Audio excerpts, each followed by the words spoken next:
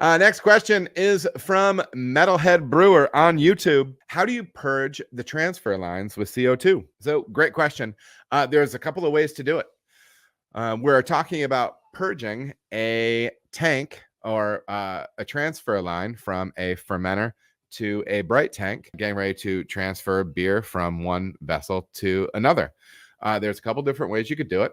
You could hook it up to the racking arm on the fermenter and have a block and bleed scenario where you can have your CO2 that will go in there, have another block and bleed over on the other side of your transfer line that connects to the base of the bright tank.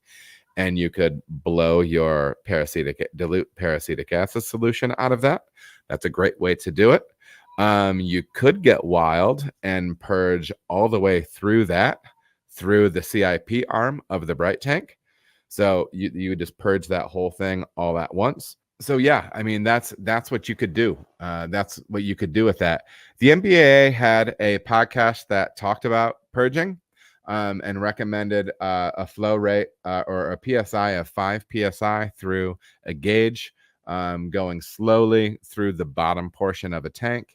And they said that it would basically be a half hour per 5 barrels of the tank size. I didn't necessarily find that to be true once we slapped a DO meter on that tank, but also we didn't have massive problems with oxygen in the bright tank as well. But that's how I would do that, man.